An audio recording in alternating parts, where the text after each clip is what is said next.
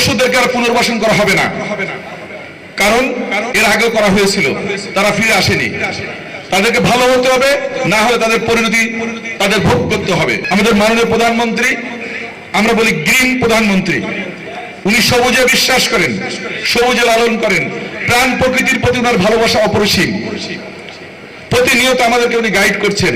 এখানে কোনো পাহাড় কাটা হচ্ছে, এখানে কোনো গাছ কাটা হচ্ছে, আমরা সুন্দরবন সুরক্ষার জন্য কাজ করছি, কিন্তু আমাদের এই মানুষগুলো কিন্তু আবার প্রতিনিয়ত এই এখন নিষিদ্ধ সময় কিন্তু মাছ ধরার জন্য আমাদের তদবির করছে, এই খেলা যাবে, ওইখানে যাবে, কিন্তু এটা হচ্ছে প্রজনন মৌসুম। আপনাকে মাছের বংশ বৃদ্ধির জন্য এই সুযোগটা আপনাকে দিতে হবে। আমাদের যে প্রাণীগুলো আছে তাদের বংশ বৃদ্ধির জন্য এই সময়টা দরকার।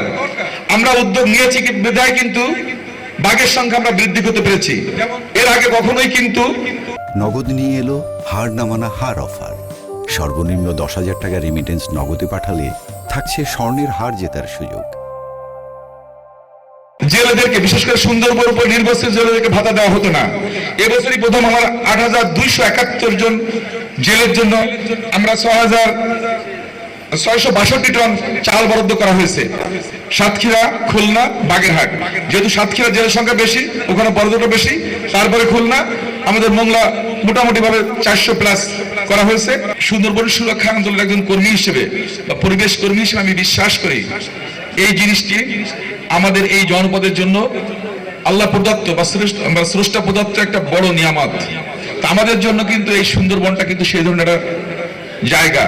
একদিকে বঙ্গোপসাগরের নীল জলরাশি, আর একদিকে সুন্দরবনের বিশালতা, সবুজের বিশালতা, এটা আমাদেরকে মুগ্ধ করে প্রাকৃতিক ভাবে।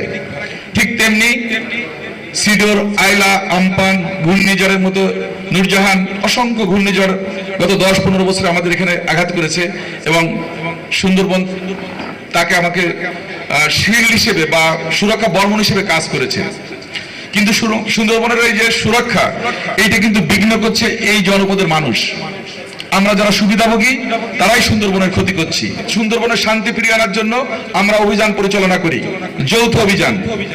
পরবর্তীতে সাতক্ষীরা বেল্টের জন্য আমরা ম্যানগ্রোভ শিল্ড, এবং পরে এই 3টা জেলাতেই খুলনা, বাগেরহাট, সাতক্ষীরা আমরা এই 2টো অভিযান পরিচালনা করেছি। ইতিমধ্যে কয়েকটি বাহিনী আত্মসমর্পণ করেছে। আমি বলেছিলাম যে দস্যুদেরকে আর পুনর্বাসন করা হবে না, কারণ এর আগেও করা হয়েছিল, তারা ফিরে আসেনি। তাদেরকে ভালো হতে হবে, না হলে তাদের পরিণতি তাদের ভোগ করতে হবে।